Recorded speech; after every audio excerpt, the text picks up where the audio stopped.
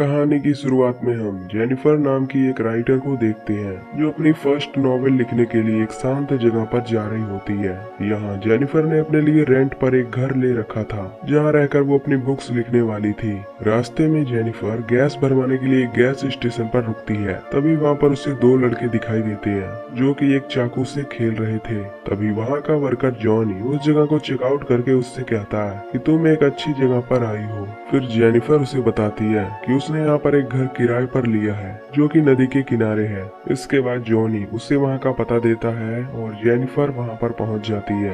यहाँ आने पर जेनिफर उस केबिन को देखकर बहुत खुश होती है क्योंकि ये जगह काफी शांत थी। फिर वो अपने कपड़े उतारकर नदी में नहाने के लिए चली जाती है और यहाँ उसे बहुत मजा आता है। अब कुछ देर बाद जेनिफर जब अपना सामान रख रही होती है तो तभी उसे ड्रॉवर में एक गन दिखाई देता है। ये देखकर वो समझ जाती है कि शायद ये गन यहाँ पर पहले रहने वाले लोगों की होगी जिसे उन्होंने प्रोटेक्शन के लिए रखा होगा। तभी जेनिफर के घर एक डिलीवरी बॉय आता है जिसका नाम मैथ्यू होता है जो यहाँ पर उसका ऑर्डर लेकर आया होता है। हालांकि मैथ्यू की उम्र तो बड़ी थी पर उसका दिमाग बिल्कुल बच्चों जैसा था। वो जेनिफर से पूछता है कि क्या तुम यहाँ अकेली रहने आई हो। जेनिफर कहती है हाँ, मैं यहाँ पर अपनी फर्स्ट बुक लिखने के लिए आई हूँ। इसके बाद जाते हुए मैथ्यू उसे बाय करके जाता है जिससे अब जेनिफर उसकी दोस्त बन जाती है। इसके बाद हम मैथ्यू को देखते हैं जो वापस आकर अपने दोस्तों से मिलता है जो कि वही लड़के थे जो उस गैस स्टेशन पर चाकू से खेल रहे थे। इनका नाम एंडी और स्टैनली होता है। फिर मैथ्यू उनसे कहता है कि वो जेनिफर के घर सामान देने गया था। साथ ही वो उससे ये भी कहता है कि मैंने उसका शरीर भी देखा है और अब मैं उसे हर हालत में पाना चाहता हूँ। इसके बाद शाम में जब ये चारों फिशिंग कर रहे होते हैं तो सभी लड़कियों की ही बातें कर रहे होते हैं। मैथ्यू झाड़ियों के पीछे जाकर मास्टर वेट करने लगता है जिस पर ये तीनों उसका मजाक उड़ा रहे होते हैं क्योंकि वो अभी तक वर्जिन था। मैथ्यू उनसे कहता है मुझे जेनिफर बहुत पसंद है। इस पर ये तीनों जेनिफर को परेशान करने का डिसाइड करते हैं। अगले दिन जेनिफर जब अपने घर के बाहर आराम कर रही होती है तो तभी वहाँ पर स्टैनली और एंडी अपनी बोट लेकर आ जाते हैं और उसकी शांति भंग कर देते हैं। उनकी इस डिस्टरबेंस से जेनिफर उठकर वहाँ से चली जाती है। इसके बाद रात में जेनिफर जब अपनी किताब लिख रही होती है तो तभी वो लड़के उसके घर के बाहर आकर चिल्लाने लगते हैं। फिर जेनिफर बाहर देखने के लिए जाती है लेकिन उसे वहाँ पर कोई नहीं दिखाई देता। अब जेनिफर उनसे काफी परेशान हो जाती है क्योंकि वो यहाँ पर शांति से अपनी बुक लिखने आई थी पर वो लड़के बार बार उसकी शांति भंग कर दे रहे थे। अगले दिन जेनिफर जब अपने बोट पर होती है तभी वो लड़के भी आकर उसे परेशान करने लगते हैं। वो अपनी बोट को जेनिफर के चारों ओर घुमाते हैं जिससे अब जेनिफर को काफी गुस्सा आता है। तभी स्टैनली उसकी बोट की रस्सी पकड़कर अपनी बोट से बांध देता है जिसके बाद ये लोग उसे घने जंगलों की ओर ले जाने लगते हैं। यहाँ जेनिफर उनसे फाइट भी करती है लेकिन वो लड़के नहीं रुकते। ये देखकर जेनिफर वहाँ से भागने लगती है और वो लड़के उसका पीछा करते हैं। तभी जेनिफर के आगे जॉनी आ जाता है जो उसे थप्पड़ मारकर गिरा देता है, यानी कि अब ये लोग उसका रेप करने वाले हैं। फिर वो लड़के जेनिफर के कपड़े फाड़कर उसे जख्मी कर देते हैं और फिर मैथ्यू को बुलाते हैं। लेकिन जब मैथ्यू यहाँ पर आता है तो वो जेनिफर को इस हालत में देखकर उसका रेप करने से मना कर देता है क्योंकि उसे काफी डर लग रहा था। इसके बाद जॉनी मैथ्यू को डांटता है और खुद जेनिफर का रेप करने लगता है। इससे जेनिफर को बहुत दर्द हो रहा था। काम खत्म करने के बाद ये लोग उसे वहाँ से जाने को बोलते हैं। अब जब जेनिफर आगे जाती है तो ये लोग उसे फिर से घेर लेते हैं क्योंकि इनका मन अभी नहीं भरा था। जेनिफर उनसे खुद को जाने देने के लिए बोलती है लेकिन वो उसकी एक नहीं सुनते और उसे एक पत्थर पर लिटाकर उसका रेप करने लगते हैं जिससे जेनिफर बहुत जोर से चिल्लाती है। इसके बाद ये जेनिफर को छोड़कर अपनी बोट से वहाँ से निकल जाती है। अब जेनिफर की हालत बहुत खराब हो गई थी, यहाँ तक कि वो ठीक से चल भी नहीं पा रही थी। पर किसी तरह वो अपने कैबिन में पहुंच जाती है और अपनी शर्ट पहन लेती है। इसके बाद वो किसी तरह टेलीफोन के पास जाती है और पुलिस को कॉल करती है लेकिन तभी वो लड़के वहाँ पर आ जाते हैं और उसका कॉल डिस्कनेक्ट कर देते हैं। यहाँ जेनिफर उनसे बार बार कह रही थी कि वो उसे छोड़ दे, वो पुलिस को कुछ नहीं बताएगी, लेकिन वो लड़के उसकी एक नहीं सुनते। फिर वो मैथ्यू को उसका रेप करने के लिए मोटिवेट करते हैं। मैथ्यू भी जोश में आकर जेनिफर का रेप करने लगता है पर जब वो उसकी आंखों में देखता है तो उसे बहुत बुरा लगता है जिससे वो रुक जाता है और अपने कपड़े पहन लेता है।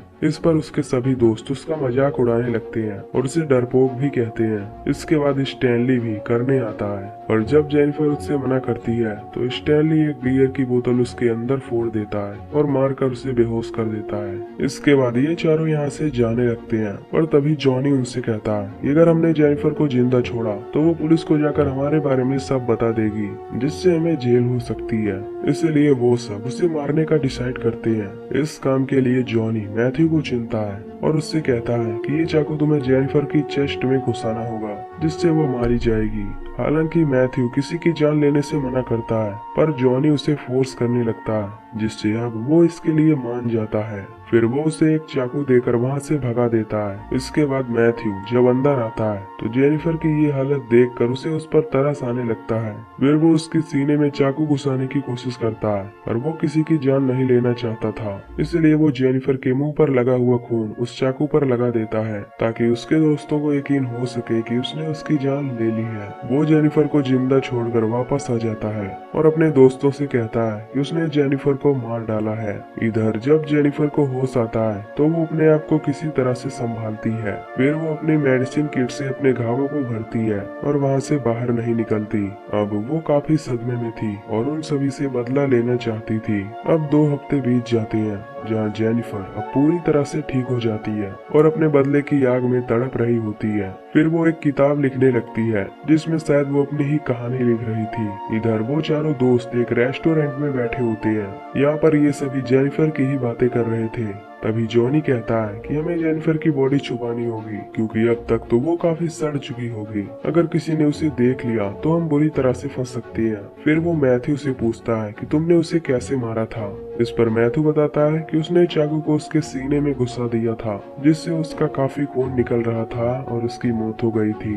अब जॉनी फिर से उसे एक मिशन पर जाने के लिए बोलता है, जहाँ पर उसे जेनिफर के घर जाकर उसकी बॉडी को ठिकाने लगाना था, पर मैथ्यू इस बार इस काम के लिए मना कर देता है। फिर जॉनी एंडी और स्टैनली को इस काम के लिए भेजता है। अब जब स्टैनली और एंडी अपनी बोट से उसके घर के पास से गुजरते हैं तो देखते हैं कि जेनिफर पेड़ के नीचे बैठी हुई है और वो बिल्कुल ठीक भी है। ये देखकर वो समझ जाते हैं कि मैथ्यू ने उनसे झूठ कहा था कि उसने जेनिफर को मार डाला है। अब ये जानकर वो तीनों मैथ्यू को खूब पीटते हैं, क्योंकि उसकी इस गलती से वो सभी जेल जा सकते थे। अब जेनिफर उनसे अपना बदला लेना चाहती थी, इसीलिए वो पहले चर्च में जाती है और भगवान से उस चीज के लिए माफी मांगती है जो वो आगे करने वाली है। इसके बाद वो गैस स्टेशन पर जाकर जॉनी पर नजर रखने लगती है। यहाँ उसे पता चलता है कि जॉनी शादीशुदा है और उसके 2 बच्चे भी हैं। फिर वो मैथ्यू पर भी नजर रखने जाती है, जहाँ वो देखती है कि मैथ्यू कहीं डिलीवरी करने जा रहा है। ये देखकर उसे आइडिया आता है और वो मैथ्यू के स्टोर पर सामान के लिए ऑर्डर देती है। उस स्टोर की ओनर जब मैथ्यू को जेनिफर के घर उस सामान को डिलीवर करने के लिए कहती है तो मैथ्यू इस बात से बहुत डर जाता है। यहाँ वो अपने पास एक चाकू भी रख लेता है ताकि वो जेनिफर को मार सके। फिर जब वो पार्सल लेकर जाता है तो जेनिफर उसे देखकर जंगल में बुलाती है। इसके बाद वो अपने कपड़े उतार कर कहती है कि वो उसे बहुत पसंद करती है। मैथ्यू उससे कहता है कि अब उसका कोई दोस्त नहीं है, क्योंकि उसके दोस्तों ने अब उससे दोस्ती तोड़ ली है। जेनिफर उससे कहती है कि अब से मैं ही तुम्हारी दोस्त हूँ और तुम जो भी करना चाहते हो आओ कर सकते हो। ये सुनकर मैथ्यू बहुत खुश हो जाता है और जेनिफर के साथ इंटीमेट होने लगता है। तभी जेनिफर उसके गले में रस्सी बांधकर उसे एक पेड़ से लटका देती है, जिससे मैथ्यू यही मारा जाता है। इसके बाद जेनिफर उसकी साइकिल और बॉडी को नदी में फेंक देती है ताकि कोई सबूत न बचे। फिर वो स्टोर में कॉल लगाती है और कहती है कि मेरा ऑर्डर अभी तक नहीं पहुंचा है, ताकि उन्हें लगे कि मैथ्यू टाउन छोड़कर चला गया है। इसके बाद वो जॉनी के गैस स्टेशन पर जाती है और उसे सिड्यूस करने लगती है और वो उसे अपनी गाड़ी में बैठा लेती है। जॉनी को लगता है कि शायद उस दिन उसे बहुत अच्छा लगा था, इसीलिए वो फिर से उससे करवाना चाहती है। तभी जेनिफर उसे घने जंगल में ले जाकर उस पर गन पॉइंट कर देती है। वो उससे उसके सभी कपड़े उतारने के लिए बोलती है। तभी वो उसे बहकाने की कोशिश करता है और कहता है कि तुम हो ही इतनी खूबसूरत कि कोई भी तुम्हें देखकर तुम्हें छोड़ना नहीं चाहेगा। ये सुनकर जेनिफर पिघल जाती है और गन वहीं पर फेंक देती है। फिर वो जॉनी को अपने घर अपने साथ नहाने के लिए बोलती है। ये सुनकर जॉनी मान जाता है। इसके बाद जेनिफर जॉनी को बताती है कि उसने मैथ्यू को मार डाला है, पर जॉनी उसकी बात को सीरियसली नहीं लेता। जेनिफर पूछती है कि शादीशुदा होने के बावजूद भी तुमने ऐसा क्यों किया? जॉनी कहता है एक आदमी आदमी होता है और वो कभी नहीं बदल सकता। तभी मसाज करते हुए जेनिफर एक चाकू उठाती है और उसके पेनिस को काट डालती है, जिससे उससे काफी खून बहने लगता है। तभी जेनिफर बाथरूम के गेट को लॉक करती है और बाहर जाकर गाना सुनने लगती है। अब कुछ देर बाद ज्यादा ब्लड लॉस होने की वजह से जॉनी भी मारा जाता है। इसके बाद जेनिफर उसकी लाश को ठिकाने लगा देती है। इधर स्टैनली और एंडी अपने दोस्तों को गायब हुआ देख काफी हैरान होते हैं और उन्हें जेनिफर पर शक होने लगता है। फिर वो दोनों अपनी बोट को लेकर जेनिफर के घर की तरफ जाते हैं, जहां एंडी पहले ही जंगल में छुप जाता है और स्टैनली जेनिफर के पास जाता है ताकि उन्हें पता चल सके कि उनका शक सही है या नहीं। अब जेनिफर जब स्टैनली को देखती है तो उसकी बोट में आकर उसे किस करने लगती है, पर तभी वो उसे पानी में धक्का दे देती है। फिर वो उसकी बोट को स्टार्ट करके उसे कुचलने के लिए उसकी तरफ बढ़ती है। ये देखकर एंडी बाहर निकलता है और अपनी दोस्त की जान बचाने के लिए पानी में कूद जाता है, पर जेनिफर उसकी एक्स छीनकर उसी पर अटैक कर देती है, जिससे एंडी भी मारा जाता है। इसके बाद वो स्टैनली के पास जाती है। तभी स्टैनली उसकी बोट के सामने आकर कहता है प्लीज मुझे छोड़ दो, लेकिन जेनिफर उसकी एक नहीं सुनती और बोट को स्टार्ट कर देती है, जिससे स्टैनली भी बुरी तरह से मारा जाता है। फिर जेनिफर उस बोट को लेकर नदी से दूर चली जाती है और इसी के साथ ही मूवी यहीं पर एंड हो जाती है। तो दोस्तों, अगर आपको ये मूवी की एक्सप्लेनेशन पसंद आई हो तो वीडियो को लाइक और चैनल को सब्सक्राइब जरूर कर देना। बाकी मैं मिलूंगा आपसे अगले वीडियो में। Till then take care, love you, bye bye.